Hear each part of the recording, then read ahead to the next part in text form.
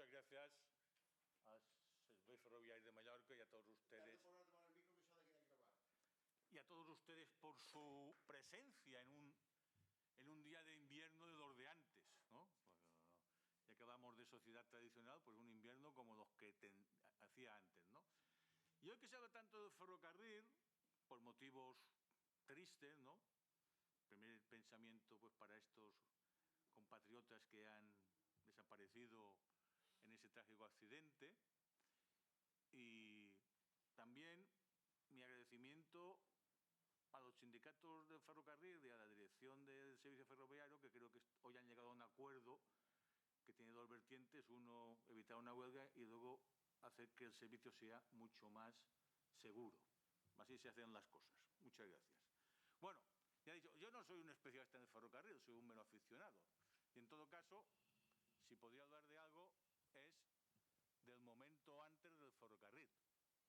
Lo que de hecho en la historiografía balear, mallorquina, de todo el siglo XIX, que es el gran abandonado de la historiografía mallorquina, a mi juicio, necesitamos ya un estudio claro del sistema de caminos, tema también polémico de los caminos y su titularidad, el sistema de caminos existente, que desde el siglo XVIII y primera mitad del siglo XIX nuestros conocimientos son, a mi juicio, bastante limitados, ¿verdad? Entonces intentaremos ver cómo esta sociedad basada en caminos de diverso tipo, como veremos hoy, se enfrenta a este desafío del ferrocarril. Esto realmente no es una conferencia, es más bien una charla. Y esta es una imagen que a mí siempre me ha llamado la atención, desde que era pequeño, ¿verdad? O sea, hace muchos años. Aquí se refleja la salida de España de Isabel II. Si ustedes se fijan, están todos los elementos tradicionales. La familia real, Isabel II, el infante Alfonso, el marido de Isabel II, Francisco de Asís, los alabarderos, vestidos al siglo XVIII, el capellán de la corte, ¿verdad? Y el único elemento que hay innovador es el ferrocarril. Para mí esta es una imagen de un mundo que se acaba y un mundo que empieza. Y que este mundo que empieza arrastra, de alguna manera, ese mundo que se acaba. Porque Isabel II, su periodo, singularmente a partir de 1855, como sabe mejor el doctor Modina que yo, ahí sí que hubo un importante protagonismo del ferrocarril en España, no en Baleares, ¿verdad? Esta es la misma imagen, un poco más fina, y donde más, como prueba de un mundo que se acaba, está aquí el cartel que pone Fonda, una fonda, ¿verdad? Que es la fonda que está en la frontera de Irún, por donde cogió el tren la reina, ¿no? Que, por cierto, poco antes había venido a Mallorca y había hecho un viaje, no había tren, y cosas que pasan en la vida, a pesar de que no había reyes, la plaza se sigue llamando Plaza de la Reina, como ya lo hemos llamado siempre, ¿verdad? Esta es una imagen muy conocida de la inauguración del tren Palma Inca. Es una imagen festiva, ¿verdad? Nos da la otra cara. Pues yo sí que quisiera que ustedes se quedasen con esta imagen de la huida de Isabel II y pocos años después, ¿qué dice un intelectual sobre el tren, ¿no? Este intelectual, Santiago Rusiñol, de 1913, en ese libro, a mí particularmente no me apasiona, lo leí cuando era joven y ahora lo he estado repasando, La isla de la calma, bueno, es un modernista. Ya sabemos que el movimiento modernista un poco lo que dice es que la realidad no te eclipse una buena descripción, no se basa en la realidad, sino más bien en todo lo contrario. Cuando hace un recorrido, escribe él, cómo hace un viajecito desde Pollensa a Artà. Lo que dice, a mi juicio, y aquí hay alguno que sabe mucho más que yo de esto, es como mínimo discutible, ¿no? Diu, es deixa el Castell del Rei, es deixa el far, es deixa el Castell del Rei, es torna a Pollença, es va a Inca, y por un seguit d'anar en carretó y en tren, ojo que esta combinación es muy interesante y será interesante, yo diría que hasta los años 30, cambiando de cost, cambiando de objetivo, no? I tornar en carretó, un se'n va a les Coves d'Artà. Te'n vas del Castell de Rei a Pollença, de Pollença a Inca, i d'Inca a Artà, i d'Artà a les Coves d'Artà, que ja són ganes les coves fent aquesta voltera, però bueno. Explica així l'itinerari, es pot creure que va de pressa. Doncs no, no s'hi va de pressa. Justament el ferrocarril és el que va més per a fer feina, s'atura a tot arreu. Així tot s'arriba a Artà i en una hora de carretó s'arriba al peu de les coves. O sigui, si hi ha una hora de carretó, vostès s'imaginen el que ha anat. Claro, esta es una interpretación literaria. Como buen modernista, no se basa en la realidad. En general, el libro no se basa en la realidad. Nos cuenta la Palma que él quisiera que fuera, o lo que él conoció, claro. Estuvo aquí invitado a casa del senyor de Palma, tot això, però en aquesta misma època, en els hostalets, hi havia fàbriques, naturalment en Rossinyol no hi va. Ojo, es una mitificación en gran medida. En gran medida es una mitificación. ¿Cuál es la situación previa? La situación previa es, ¿verdad? Hay una serie de caminos. Cuidado que con los caminos hay también mucha mitificación, porque hay caminos, incluso inmediatamente antes del tren, hay caminos de carro, pero la mayor parte de caminos ni siquiera eran de carros, muchos eran de vistis, eran caminos donde no se podía ir en carro, por la situación del camino. Se tenía que ir, si querían mercancías, a lomos de un mulo, o como fuera, pero no era posible. La mayor parte de caminos, ¿verdad?, eran así, lo cual el transporte se veía absolutamente limitado, ¿verdad? Había caminos de carro, caminos de caballería. Fíjense ustedes el caso de Sóller, es un caso muy interesante tanto para el ferrocarril como la época previa. El primer camino susceptible de ser usado para el carro es de 1840. Hasta entonces tiene que hacerse el trayecto sobre lomos de mulos. A principios del siglo XIX, como sucedía en el siglo XVI. Por ello, históricamente, la conexión Sóller-Mallorca es por el cabotaje. Como existía antes de la primera mitad del siglo XIX un importante movimiento de mercancías de cabotaje, lo que pasa que igual que el equivalente al tren, a mi juicio, serían las empresas que ya capitalizadas, que monopolizan el cabotaje y lo que hacen es barrer a un patrón que tenía una barca. Esto queda luego bastante orillado, ¿no? En todo caso, lo que me llama la atención es que esta situación y la aparición del tren en Mallorca es muy tardía.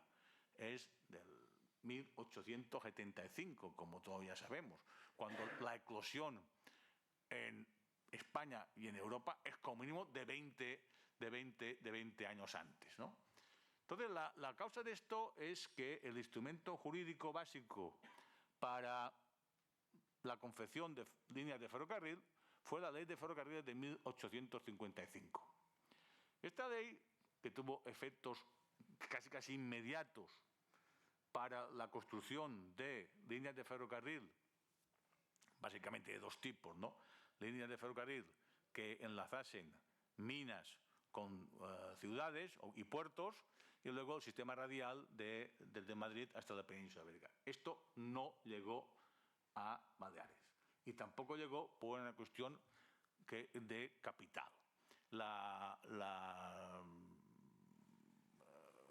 ley del 55, que va acompañada de otras leyes que se refieren a la ley de sociedades anónimas, la ley de bancos de crédito, que se promulgan prácticamente el mismo día, en ese esfuerzo de modernizar el país, La ley del 55 lo que hacía era atraer capitales extranjeros. Por una parte, exonerar de aranceles a los productos que tuvieran que emplearse en el ferrocarril, y por otra parte, una alta dependencia de capital extranjero, singularmente de capital francés. Entonces, estos capitalistas, el caso mallorquín les era prácticamente irrelevante, porque su interés era en otras vías, que ya tuviesen intereses ligados a la minería o que tuviesen intereses de conectar ciudades españolas. ¿Qué ocurrió a nivel español? A nivel español lo que ocurrió fue que hubo una alta dependencia no solo de ese capital francés, sino de empresas muy determinadas del capital francés, como puede ser el de Crédit Mobilier, que además diversificó sus inversiones, dedicándose al sector inmobiliario, dedicándose incluso a la azucarera, a otros productos, ¿verdad?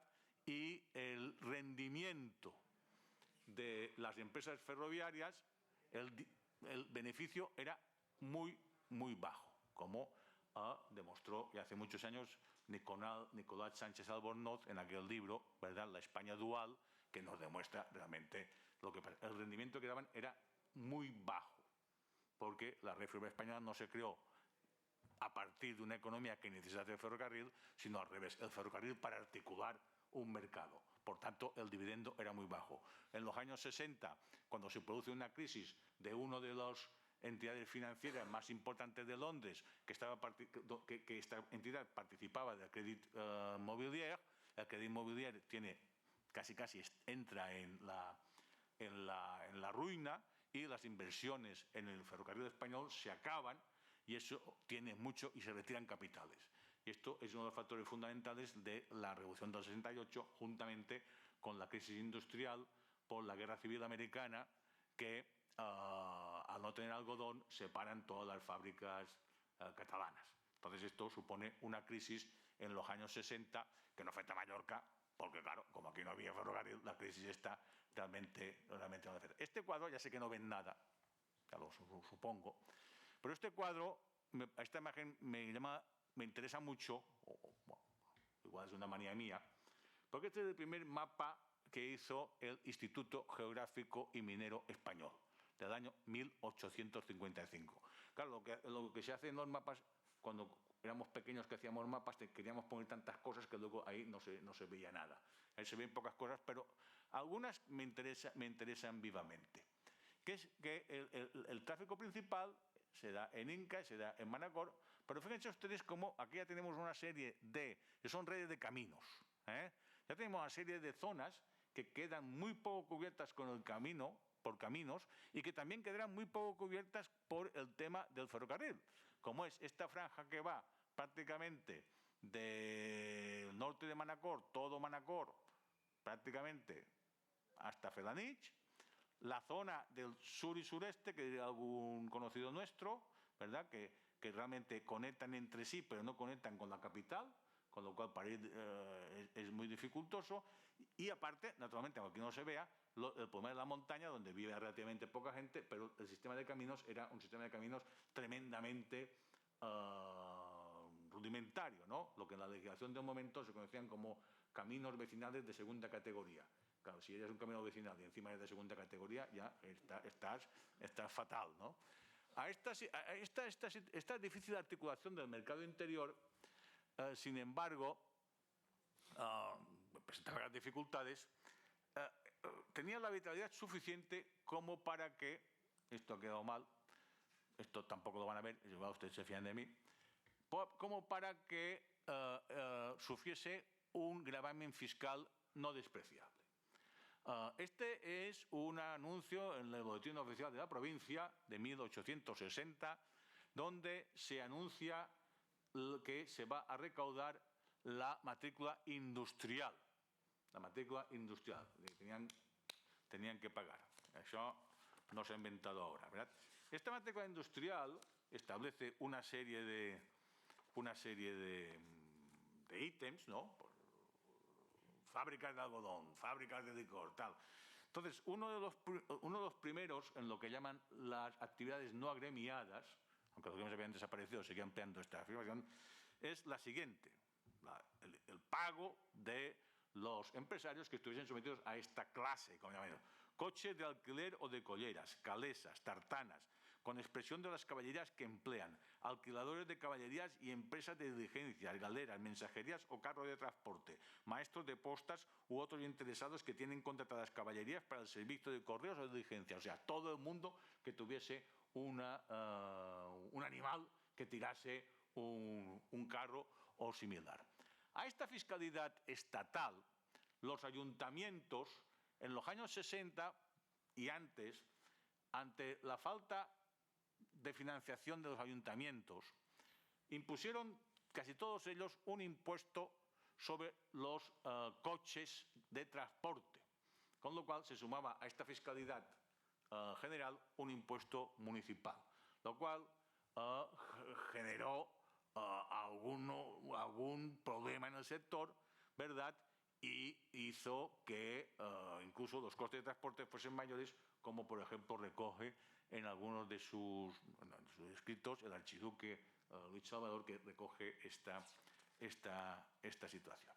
La tipología de caminos, bueno, este es el edicto que se hace, los coches de alquiler, de colleras, etcétera, tenían que pagar el impuesto que además era variable según la cuota provincial que te adjudicase el gobierno de la nación. Bueno, la tipología de carreteras y caminos era un tanto, bueno, no diré compleja, pero en el año 1880. En el año 1880 sigue vigente la ley de 1664 que establecía la tipología de carreteras, ¿no? A nivel nacional. Las carreteras de primer orden, que eran aquellas que tenían 8 metros de anchura, incluidos los arcenes, pues serían las más importantes, ¿no? Que tenemos. Estas en Mallorca no había ninguna.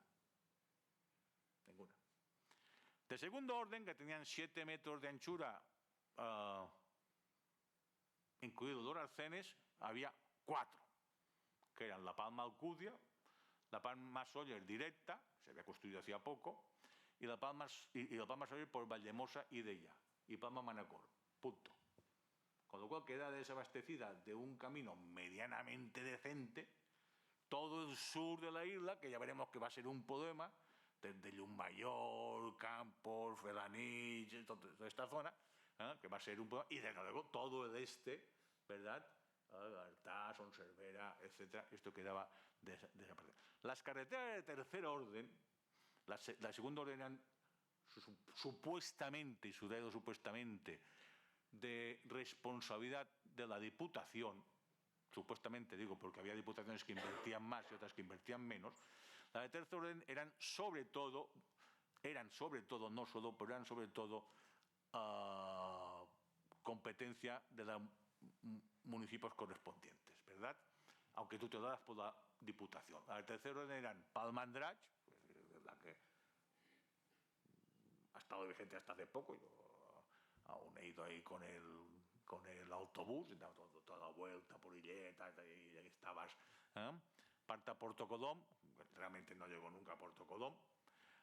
Petra Pollença, que no llegó nunca, Algaida de Santanyí, Inca Manacor, tal. Cuidado con esta de tercer orden, porque la administración, como ya sabemos, es una institución que tiene una gran facilidad para engañar a sí misma, pero con la finalidad de engañar a los otros. Porque en esta de tercer orden se computaron tanto lo que había construido, como lo que estaba en trazado, como aquello que estaba previsto trazar. O sea que realmente los kilómetros cubiertos de forma real eran bastante menos de los que al principio venían, ¿no? Y por debajo de las carreteras estaban los caminos, que esto ya era totalmente competencia municipal y donde había conflictos de diversa tipología, ¿no? Y los caminos se veían en dos grupos: los de primer orden, que podían pedir ayuda a la Diputación. En el caso mallorquín, realmente la Diputación, aparte de debatir lo que es apoyo de verdad, fue más bien escasa. También hay que ver que era una Diputación muy pobre, no tenía muchos ingresos, ¿verdad?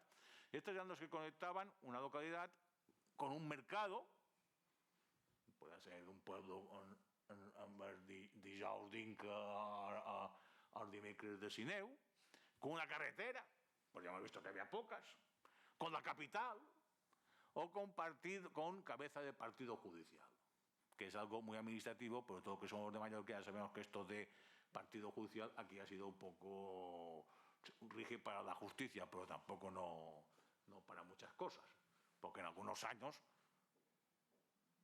Felanich no era cabeza de partido judicial, pero era más importante que Manacor.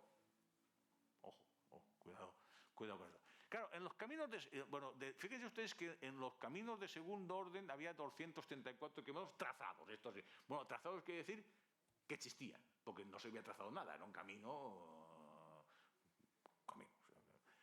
Y los caminos de segundo orden eran 71 kilómetros trazados.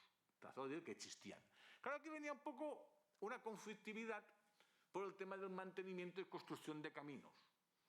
Hasta los años 70 del siglo XIX, la legislación permitía al ayuntamiento que los jefes de familia, masculinos por supuesto, mayores de 18 años, trabajasen un número de jornales, no máximo de 6, no máximo de 8, en la conservación y ampliación de caminos. Decisión del ayuntamiento y de los mayores contribuyentes del ayuntamiento. Claro, la coletilla de los mayores contribuyentes era lo que era más conflictivo, porque claro, esto, de otra manera que a efectos prácticos se articuló un sistema donde, aunque el ayuntamiento obligase ese trabajo, que la mayoría ya renunciaba a esto para no tener follones con la población, ya se vean cansos mallorquins, en los casos en que se articulaba, simplemente lo que se hacía era, aunque fuese de extranjis, pagar a uno para que fuese en tu nombre a estos caminos, ¿no? Entonces ya tenemos trazados los caminos, ¿verdad? Entre los años 70 y 80 hay, según la Sociedad Económica del país, que ya estaba en declive, o mucho declive, pues no tenía cierta... Más que nada, lo que era la Sociedad Económica del país era un interlocutor legitimado de la autoridad. Eso sí que lo había, ¿no? Según la Sociedad Económica del país y el propio Archiduc, la segunda parte de estos datos, los carruajes, es decir, aquellos vehículos para transportar personas, evolucionan de la siguiente manera, en todo Mallorca, ¿no? En 1870 hay censados 8.921 carruajes de transporte de personas, ¿verdad? Que por los habitantes de Mallorca pues da 23,43 habitantes por carruaje, lo cual no significa que se empleasen los carruajes cada día, ni mucho menos. La situación había alcanzado entre el año 70 y 80, según el Archiduc, entre 10.000 y 11.000 carruajes. O sea, un aumento muy importante y más próximo a los 11.000 que a los 10.000. Lo cual nos está diciendo que hay un aumento del tráfico de personas en el interior de Mallorca. Se está cohesionando un mercado interior que por otras vías, por estudios previos que se hicieron en estos años y que se hicieron posteriormente, estudios previos que están relacionados con los estudios previos para el ferrocarril, sabemos que este aumento de transporte de personas iba acompañado de un aumento del transporte de mercancías. Y aquí nos encontramos con un tema fundamental. Entre los años 70 y los años 80, y aquí está el doctor Modina, que sabe mucho más que yo de este tema y que me va a corregir si no es así, Mallorca se encuentra con un problema, a mi juicio, muy importante, un desfase. Por una parte, tenemos un comercio exterior que ha aumentado, hay una mayor conectividad con otras zonas, y no solo del Mediterráneo. Se exporta, por otra parte, muchas mercancías, ¿verdad? Sobre todo productos agrícolas, pero no solo productos agrícolas, ¿verdad? Y el puerto es un puerto cada vez más dinámico y, sin embargo, las comunicaciones que van a tener que servir a este puerto siguen siendo unas comunicaciones sumamente atrasadas. Y, por tanto, esto hay que solucionado de alguna manera, que es lo que se intenta hacer. Porque en la red de ferrocarriles que se crea en Mallorca, el puerto tiene, a mi juicio, una importancia vital, tiene una importancia fundamental en el diseño del propio sistema vial.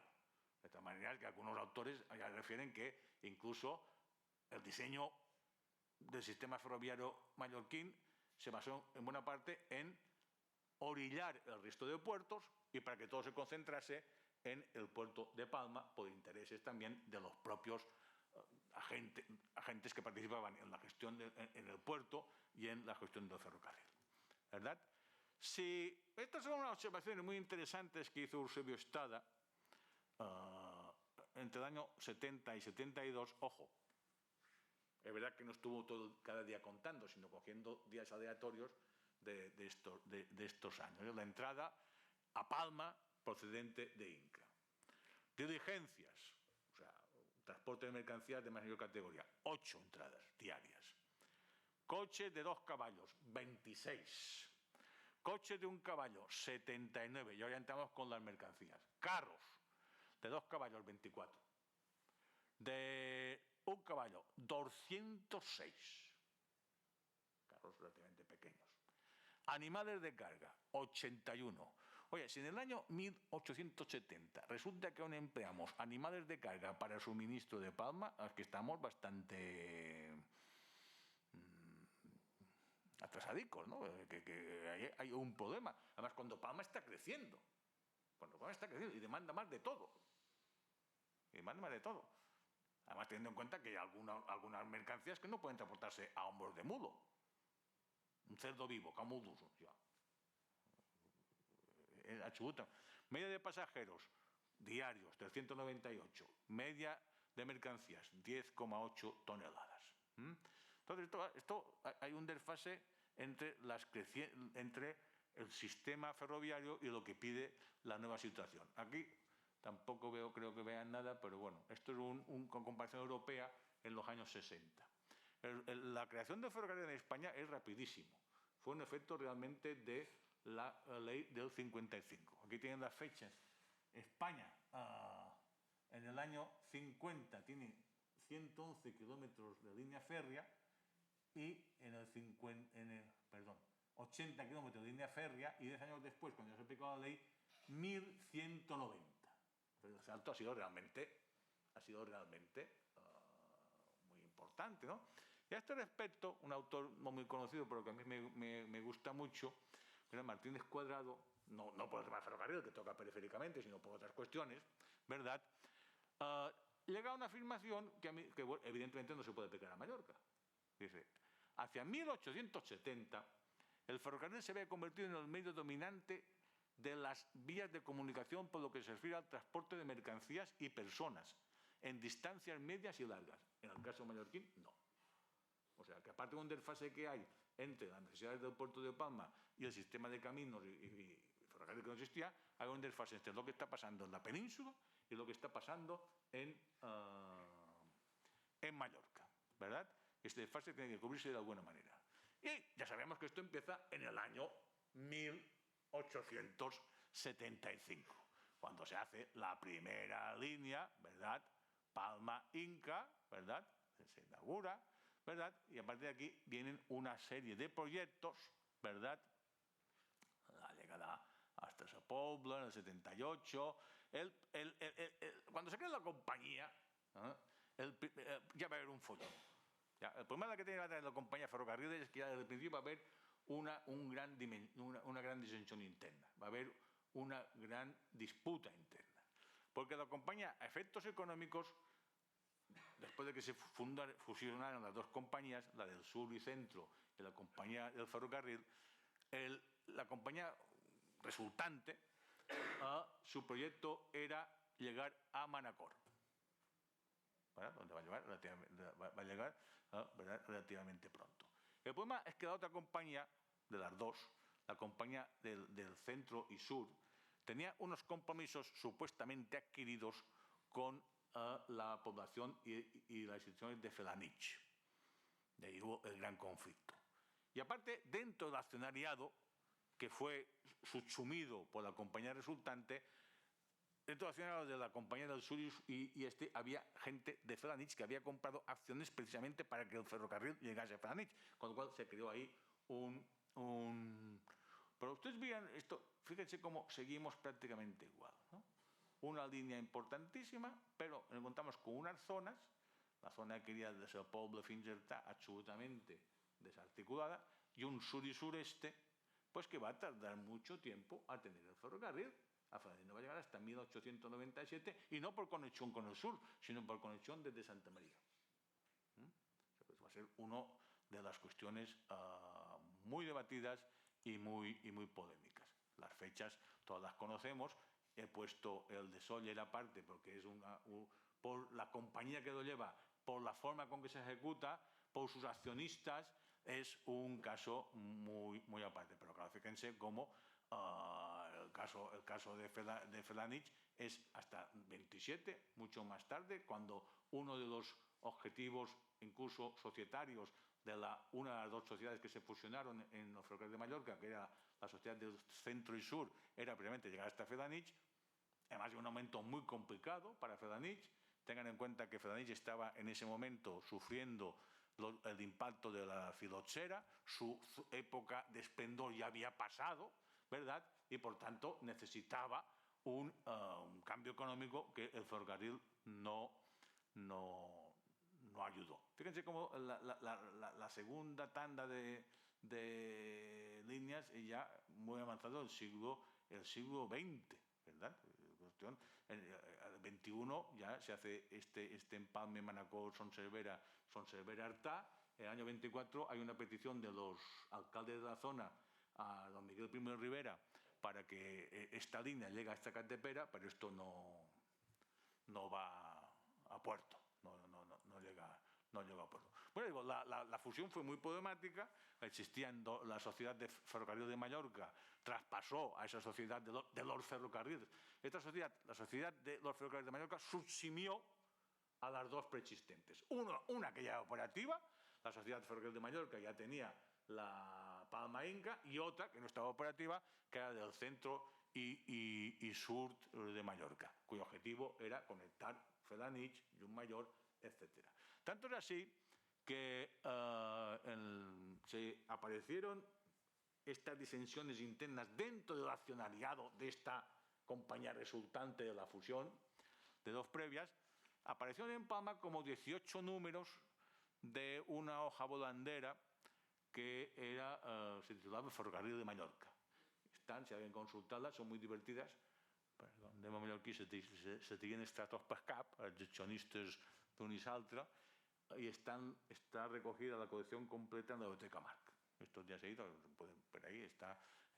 Y entonces, claro, hay todo este órgano, esta hoja, es la hoja de comunicación de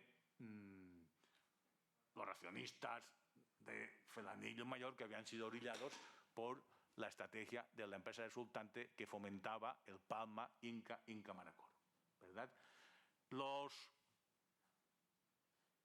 accionistas, los dirigentes de esta nueva compañía, que intentaban enfatizar el eje vertebrador Palma Inca Manacor, contestaban con argumentos económicos, incluso reproduciendo en algunos casos algunos textos de Eusebio Estada, que aunque fue un gran impulsor de ferrocarril, en algunos textos lo que decía claro es que el ferrocarril lo primero que tiene que ser es rentable para que el accionariado pueda seguir invirtiendo, ¿verdad?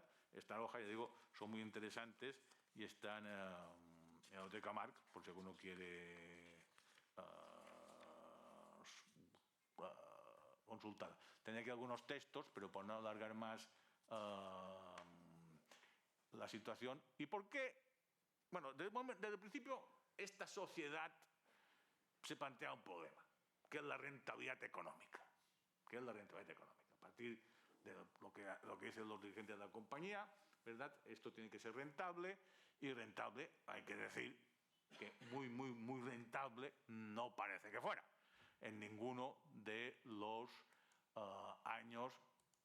Bueno, porque es verdad que se dieron dividendos, incluso en algún momento se pasó a ser dividendos incluso de 17 pesetas por acción, pero que comparado con lo que se había invertido, era absolutamente irrisorio, ¿no?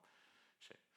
Al final, con 2 emisiones se hicieron 936 acciones con un valor nominal de 500 pesetas de la época, era un capitalito, ¿no? Aquí tienen los ingresos del año 79, 402.000 pesetas, los gastos y los beneficios.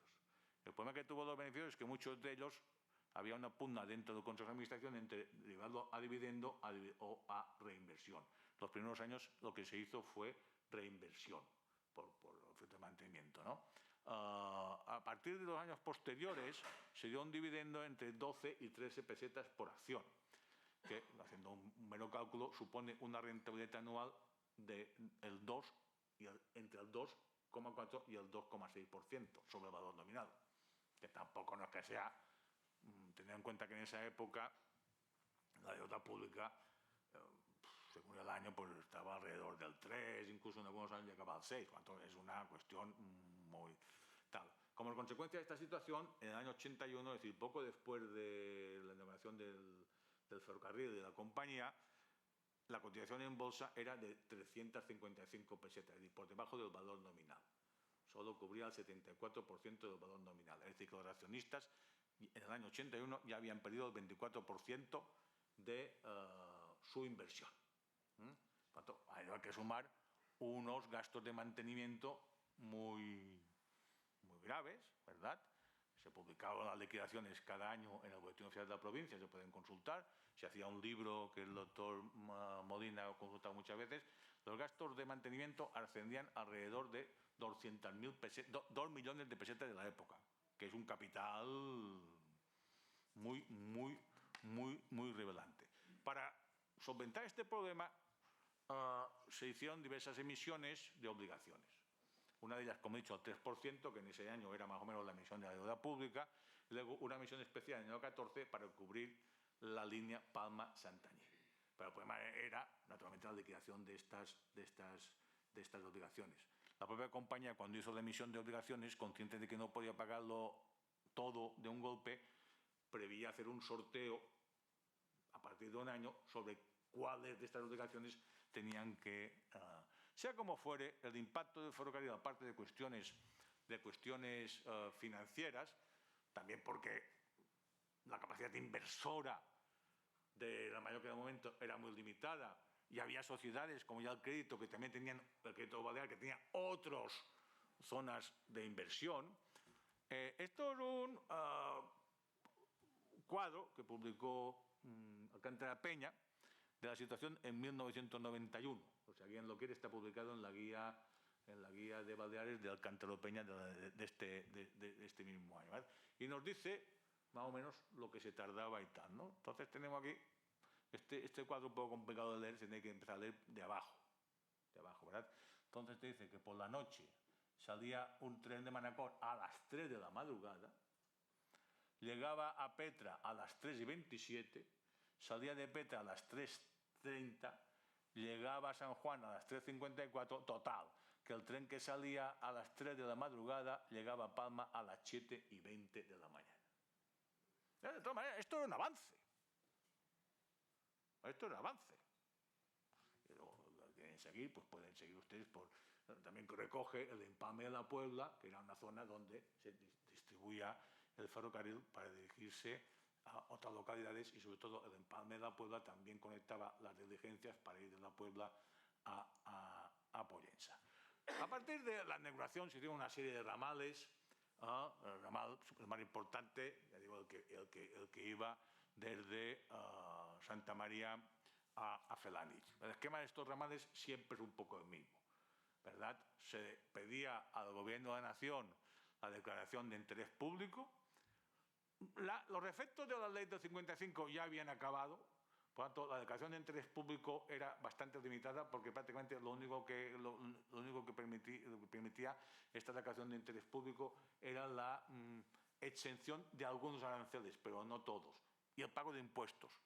Era mucho menos que el 55, ¿no? Se exponía el proyecto de expropiaciones al público para hacer alegaciones. Por ejemplo, en este mismo de Santa María Montuïri no se hizo ninguna alegación, y esto se hizo las expropiaciones, el anuncio de expropiación en el 94 y se culminó el tren a Felanich, Santa María Montuïri y Montuïri-Felanich, hasta en el año 97, que es cuando llega, ¿no? Estos ramales tenían una serie de puntos en los pueblos, ¿no?, donde tenía que haber parada obligatoria y el esquema era siempre igual. Una estación, realmente una caseta, ¿verdad? Realmente, y con un paso a nivel que simplemente era que a cada tren el empleado ponía una cadena para avisar a la gente, ¿no? Esto pasó en todos los pueblos. Mi bisabuelo materno, el padre de mi abuela, era uno de estos. Su trabajo era el de la cadena. Lo de la cadena, ya veremos, no era muy seguro, o mejor dicho, era bastante inseguro.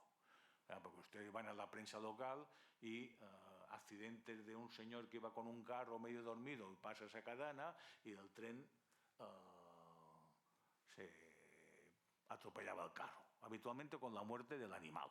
Del animal me refiero al mulo, porque lo más habitual en la prensa del momento lo más habitual es que el conductor saltase del carro antes de... Hay algún pleito al respecto y algunas multas, porque eso hay que decirlo. Ya no inmediatamente, pero muy pronto se establece una delegación del Ministerio de Fomento que era competente en las denuncias sobre el ferrocarril. Eso se va a fomentar sobre todo a partir del año 1900 con la irrupción del coche. Entonces, esto ya había una delegación del Ministerio de Fomento con un negociado dedicado al ferrocarril y con toda su nómina, no mucho, pero había el inspector, el inspector, el ingeniero jefe, que era el que hacía los peritajes de las TAM. El caso del ramal más importante es el que va de Santa María hasta Felanich. En la prensa, pues claro, es que el ferrocarril tuvo luego un impacto en la vida social. Durante meses el felanijense, que es la prensa, está obsesionado con que la llegada del tren a Felanich sea el 28 de agosto, San Agustín. Claro. Pero acá es que no llega a tiempo, y tuvo que hacerse posteriormente, ¿no? Ya hemos dicho anteriormente que el ferrocarril, a mi juicio, no puede entenderse sin el puerto, con lo cual, habida cuenta de la red que se hace, orillaba buena parte de Mallorca. Felanich estuvo orillado pues, hasta el año 1897, y un mayor no digamos, entonces buena parte de Mallorca. Entonces, pero hay un debate muy interesante ya desde el principio, ¿no? De hecho, el tranvía se hace en el 77, el tranvía, que va desde aquí hasta el puerto, y esto está equivocado, esto no tiene que poner años 80, tiene que poner años 70. Hay una serie de proyectos, aquí he puesto dos, pero no son dos, son más. Había un proyecto de ir desde la Plaza de España, ir a mano izquierda, llegar fins al Costa del Gas, calle Juan Maragall, ir al puerto, y el otro era ir por la derecha, lo que son las avenidas, al lado de las murallas, pasar entre la muralla y Santa Catalina, y luego girar a la izquierda. Claro, esto era mucho y se optó por hacerlo por medio de la ciudad. Se salía de aquí y se daba la vuelta donde ahora están los institutos, iba por vía Roma, Rambla y tal. Esto a la larga tuvo que solucionarse y se hizo el famoso túnel, ¿no?, que se inauguró, se proyectó en época de Don Miguel I Rivera y se inauguró en el año 31 y que llegó hasta los años 70. Un punto de inflexión, de luego, es el tren de Sóller. Es un punto de inflexión, ¿por qué? Porque las comunicaciones por tierra con Sóller eran dificilísimas. Es que ya hemos dicho que había un camino de carga, esto era dificilísimo, ¿no? Y por las peculiaridades de Sóller, que era un centro mercantil muy importante, hay un texto cuando se inaugura el tren, que por cierto no se puede inaugurar porque llovía como hoy y se tuvo que traspasar la inauguración. A mí este texto me gusta mucho, el Correo de Mallorca, del día posterior. Claro, fíjense, hace una laudatio a la gente de Sóller, ¿verdad? No son campos de Fodenich, pero ve que se aproximan, ¿no? Dice, si los sollerenses no amaran su pintoresca ciudad, hoy no inaugurarían su ferrocarril. Y ahora viene lo importante. Verlos bregar con el comercio en muchas de las naciones de Europa, porque había sido una zona que habían emigrado mucho, habían trabajado en Francia, habían trabajado en las Antillas, habían hecho dinero, y a Sóller vuelven y traen en cheques de bancos extranjeros lo que precisamente fueron a buscar a tierras lejanas. Se está ligando el dinamismo económico de los pueblos de estas gentes con la creación del tren de Sóller, que como todos sabemos es una creación puramente de Sóller. En la prensa pueden ver el número de vagones, pero la capacidad de cada trayecto sería de 256 pasajeros. No sé si ahora cada trayecto trae 256, menos o mes. Creo que menos, pero bueno. Pero hay cosas que me interesan, ¿no? Claro, poco después, claro, al venir el ferrocarril, las diligencias, según la prensa, se ponen a disposición del tren. No es que se ponga a disposición del tren, es que simplemente ya no tiene sentido traer aquí, como dice el texto, naranjas, limones y otras frutas, porque esto ya viene con el tren, que por otra parte, como todos sabemos, fue un vehículo de contrabando. Había escaso control y es lo que se pasaba, se venía.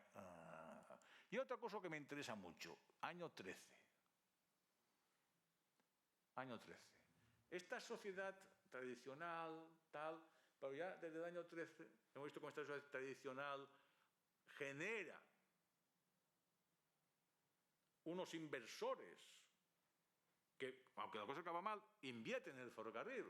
Es tradicional, pero tienen una élite, una burguesía.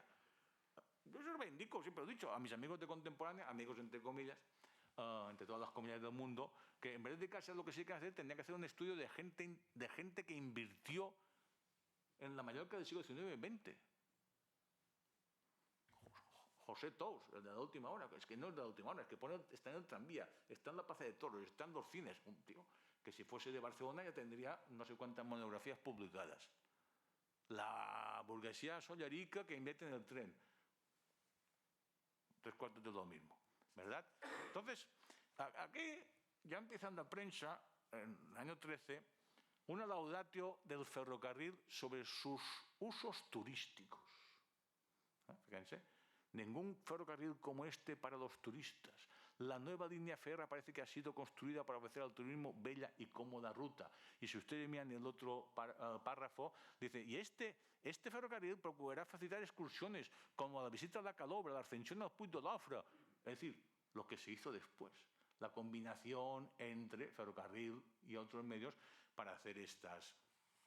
Y voy a entrar un poco en el turismo y el ferrocarril, ¿verdad? Año 28, aparece, ¿verdad?, en el Día de Baleares. Si no, el Día de Baleares. Lo que dice que en la actualidad se puede ir desde Palma a Esport de Pollença, con un billete combinado entre el tren que te lleva a Inca y luego el autocar que te lleva al puerto de Pollença y vuelves 3 veces al día. Una conectividad bastante interesante. Ya en los años 30, la compañía de ferrocarriles, el anuncio que aparece en la prensa, ¿verdad?, servicio rápido y económico, precios combinados y coordinados por carretera y ferrocarril. De nuevo, si van en ferrocarril y carretó, ara és ferrocarril, carretera y ferrocarril, para visitar Lluc, Pollença y su puerto, Formentor, Calarretjada, las cuevas de la ermita de Artà, y las del Drac, la de Jams, el Puig de Sant Salvador, por supuesto, ella hace un cabrit allá en el restaurante, las playas de Santa Margarita, Campicafort, los pueblos de Laró, Campanet, o sea, todo está conectado por vía de autobús con el eje central del ferrocarril, sobre todo la línea Palma. Esa sociedad tradicional, el ferrocarril también cambia la vida social. Te va a la prensa, las ferias de Sóller, ferrocarril específico durante 3 días para Manacor, 3/4 de lo mismo. ¿verdad? Hay toda una vida alrededor del ferrocarril, donde esta sociedad tradicional que yo quería ver, que antes se basaba en los mulos, ahora esta gente pues ya va a vivir al lado del ferrocarril. Con eso es la llegada de las nuevas autoridades. Hay un artículo que encontré el otro día, la llegada del nuevo cura párroco a Montuïri. Poca broma, ¿eh? O sea, el cura párroco llegó a Montuïri en tren. Entonces hubo una movilización de todas las fuerzas vivas y moribundas del pueblo a ir a recibir a el nuevo cura párroco que venía de un supuesto San Carrión. Entonces ahí estaban las hijas de María, el resto de sacerdotes de Montuïri, por supuesto la corporación municipal, ¿verdad? Se articula una vida alrededor del tren, una vida que además va a ser de gran impacto porque con el tren llega el saco del correo. Tú tienes tu hijo que está luchando por España en el norte de África, entonces el tren te trae la carta de tu hijo, ¿verdad? Tal. Bueno, accidentes e incidentes hubo muchos, ¿verdad? Ninguno de gran gravedad. Lo peor eran las cosas meteorológicas. 19 de enero, llegó el tren con 7 horas de retraso, por la nieve. ¿Pero qué pasa? Coño, pues ¿qué pasa? Que el tren no solo es el tren, es el telégrafo que va de estación a estación, notificando retraso y notificando si necesita. O sea que había un servicio de apoyo, como había un servicio de inspección, sobre todo entrado el siglo XX, ¿no? Aquí, por ejemplo, este accidente de un carro, el tren que sale de Manacor a las 7:55 de la mañana llega a la travesía de Maimón, entre las estaciones de Alaró y Santa María. Alaró tenía una compañía de ferrocarriles propia. Ha tenido un choque con un carro, destrozándolo y dejando la caballería poco menos que muerta. Yo creo que se murió, ¿no? Se ha detenido el tren y ha resultado que el conductor del carruaje no había sufrido ningún daño. Hombre, menos mal. Pues al ver el peligro saltó fuera del carruaje. Evidente. Esto es lo más habitual. También es habitual, fuera de un caso, por ejemplo, en Montuïri, precisamente, donde un tío se echó la siesta y no tuvo otro lugar donde hacerlo que en la vía del tren y, claro, ¡paf!, de ello acabó de mala manera. Claro, estos incidentes y accidentes se multiplican con la aparición del coche y el autobús. Esto ya es mucho más complicado. El paso a nivel sigue siendo con una cadena, el coche pasa a la cadena y hay un atropello, en algún caso con alguna muerte, ¿verdad?, que acabó en un pleito, ¿verdad?, y se abre los servicios del Ministerio de Fomento abren investigación al respecto y el proceso es un procedimiento administrativo y judicial. Primero, se toma declaración desde la administración, desde el ingeniero jefe de la compañía, se toma declaración, se emite un informe al juez y el juez determina. En muchos casos se acaba con multas a la propia compañía.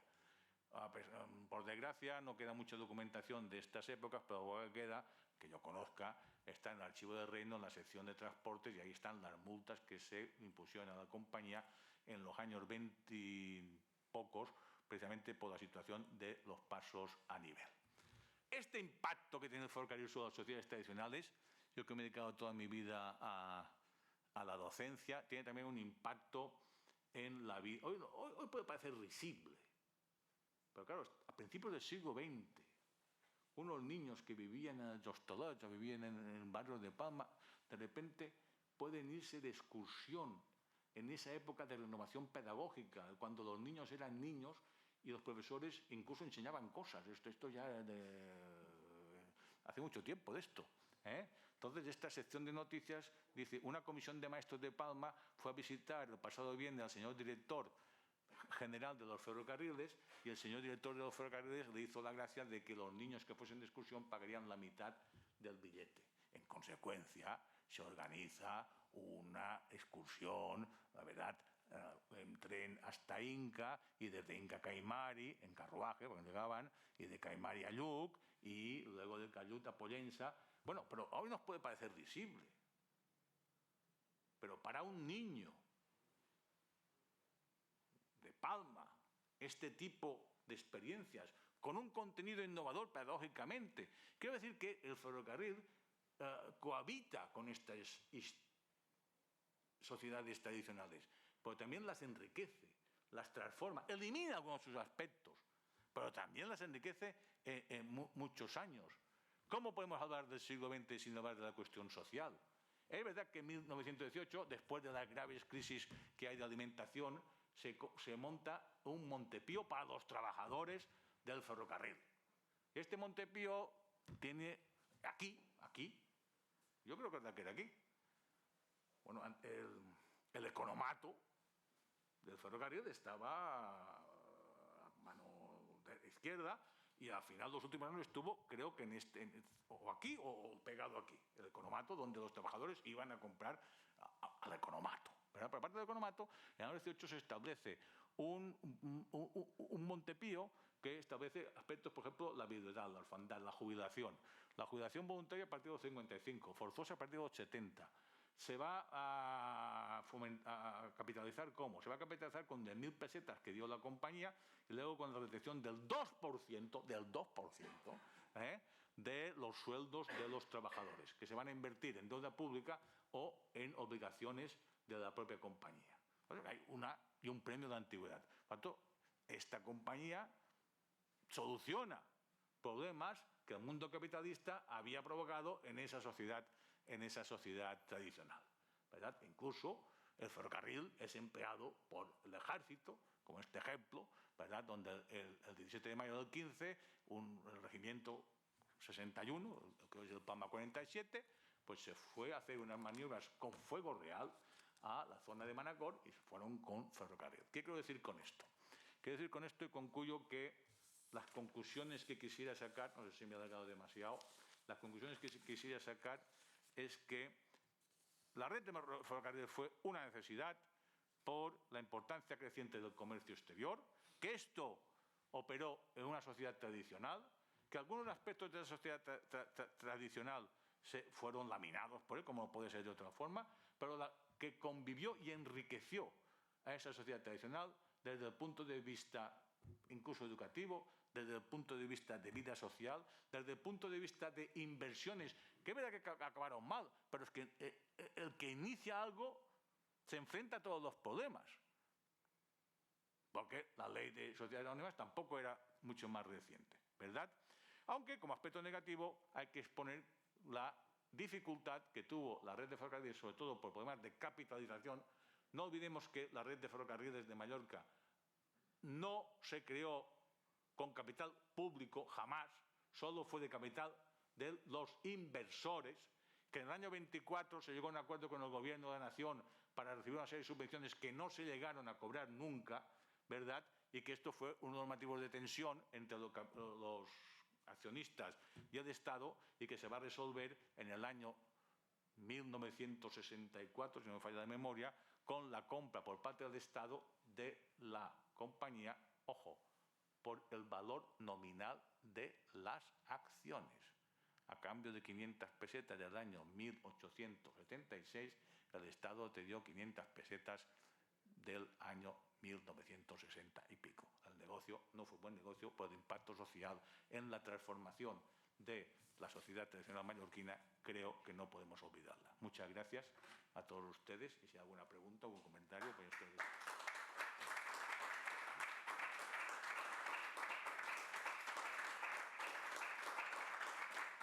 Bueno, espero haber cumplido el objetivo. No sé si se tradició de cares que feien preguntes. Si algú... Sí. A veure, dudes. La línia de Campos a Santarí, he dit que baixava cap a Sant Salines o cap a Salinera, no sé exactament per on passava. Anava per Banyos? Sí, això segur. Això segur. Allà hi havia una estació. I de Sant Salines anava a Santarí. Sí, anava a Santanyí. Allà on vas hi havia una estació. Això va ser una línia que va tenir una vida més ben limitada. Si no me faig memòria, va ser la primera línia o la primera que se va tancar. que se va tancar. Què passa? Home, el que passa és que des de dels anys 20 i molt bé, sobretot des dels anys 20, si no abans, el propi estat el que fomenta és el transport de combustió, de cotxes i autobusos, no? I aquí se va arribar a un acord que va col·laborar el meu pare a la mort de la companyia. La companyia podia fundar línies d'autobús que no duia directament, sinó que tenia cedides o arrendades, en la qual cosa el frau era continu. I si la companyia havia cedit per fer 3 viatges diaris, doncs és que l'havia arrendada, que algun que estem aquí sabem que l'havia arrendada, per fer 8, 9 viatges, i per compte pròpia i en negre, i això va ser l'acumulació de capital que ha permès una expansió d'un senyor molt concret, d'un senyor molt concret. Això va ser així.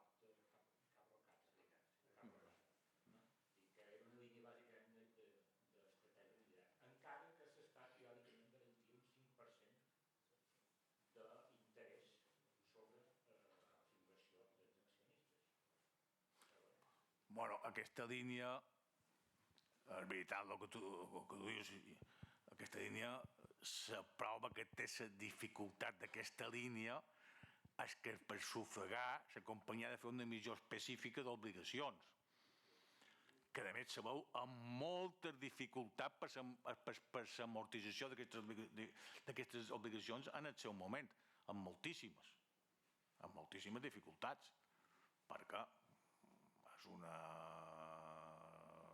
situació molt poc rendible, com tu has dit, no? Els anys, què passa? Que la geoestratègia derivada de la Primera Guerra Mundial, amb una creixent inestabilitat a molts d'indrets, aconsellava que l'illa de Mallorca funcionés, diguem-ne, com una illa autosuficient en defensa. Autosuficient en defensa, bé, no sé si estàs d'acord amb jo, autosuficient en defensa. De tal manera que aquí s'estableix un regiment d'infanteria, un regiment d'artilleria immens polivalente contra tot tipus de tal, un batalló d'enginyers, un grup de cavalleria a Inca i, sobretot, l'experiència de la Guerra Mundial havia demostrat que aquells estats que no assumeixen el ferrocarril com a estratègia militar no tenen molt que fer. Això realment venia de la batalla de Sadova de l'any 1866. Per ferrocarril se va destrossar, els prussians van destrossar els austriats. Era una situació, més una obsessió que se tenia sobre el nord d'Àfrica, i singularment sobre la situació d'Argel, on la doctrina militar, avui pot parecer absurda, però clar, si Argel està en mans de franceses i Toulon, evidentment, està en mans franceses, doncs hi ha un moviment allà que pot ser molt, molt perillós. I fins que no se fa el pla general d'artilleria, que és de l'època de quan el general Franco està aquí de comandant general s'han de fer acudir a altres opcions, perquè també dotar d'artilleria a tota la costa sud de l'illa surt caríssim, i sempre és millor per A o per B obligar a un cometes col·laborador, com és el cas del ferrocarril, a que assumeixi alguna d'aquestes responsabilitats. És que hi ha un pla del D9 en el que se proposa l'artilleria pesada d'un ferrocarril. El problema és que s'acaba que els de 90 centímetres no permeten. Sí. I els plans d'inflexió és de 1885, en la crisi de les Marianes,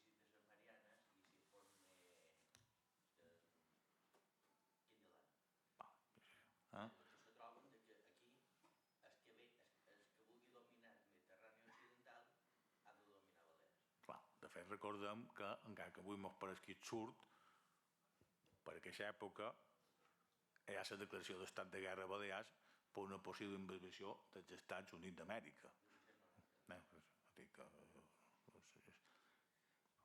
Espero no donar idees en en Trump que vengui a invadir-nos. Bueno, és que... Bueno, sí, però un poc abans. El problema també va ser que les relacions entre els Estats Units i Espanya, tot i que el més conegut és del 98, abans ja hi havia hagut moltes tires i arronses, precisament perquè els Estats Units pretenia comprar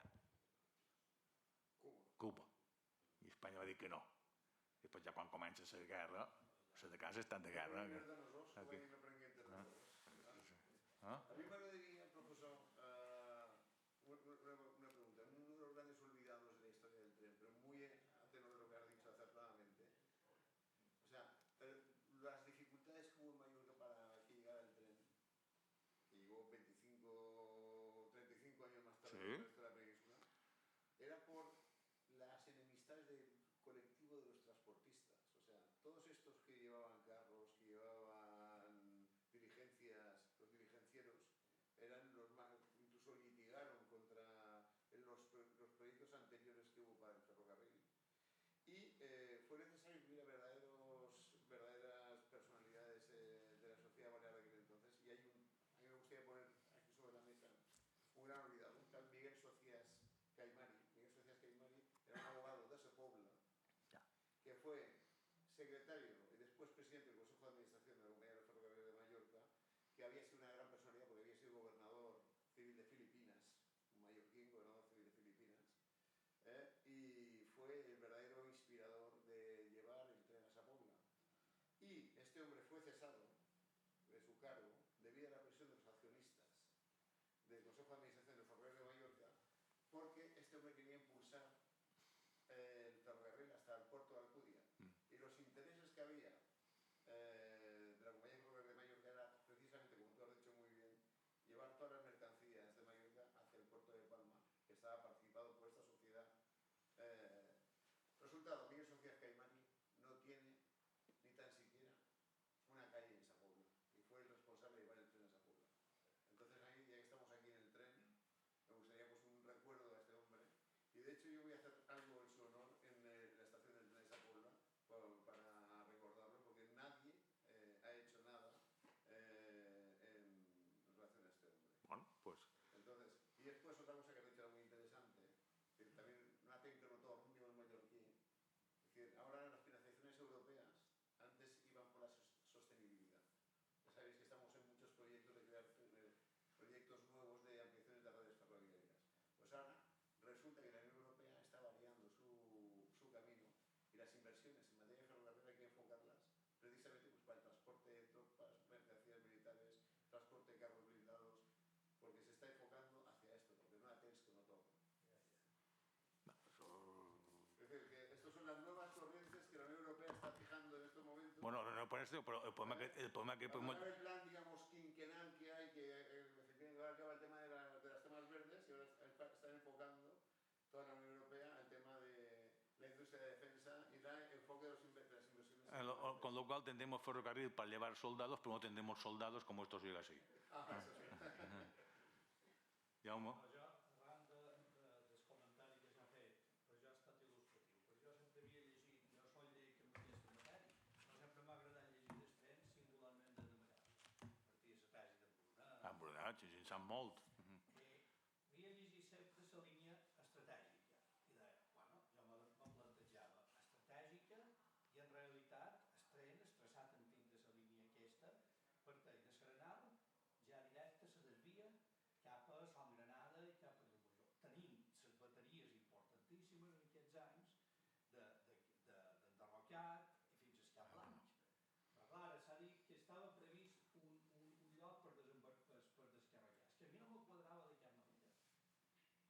Tenir tan separada igual que ara li he dit al director de trens que no m'entén dins el cap que no passis tren per les urbanitzacions de Llumajor.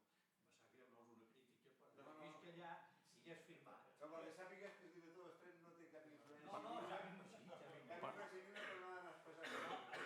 Però també teniu en compte una cosa. Nuestros amigos...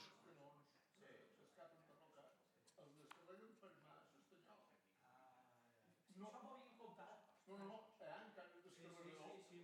Però tenen en compte, Jaume, nuestros amigos... Aposta, després que tenien que molts venien de Bar Cordià. Jaume I, sí. Tenen en compte, Jaume...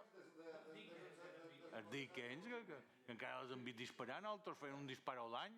Tenen en compte una cosa, que la artillería está muy bien.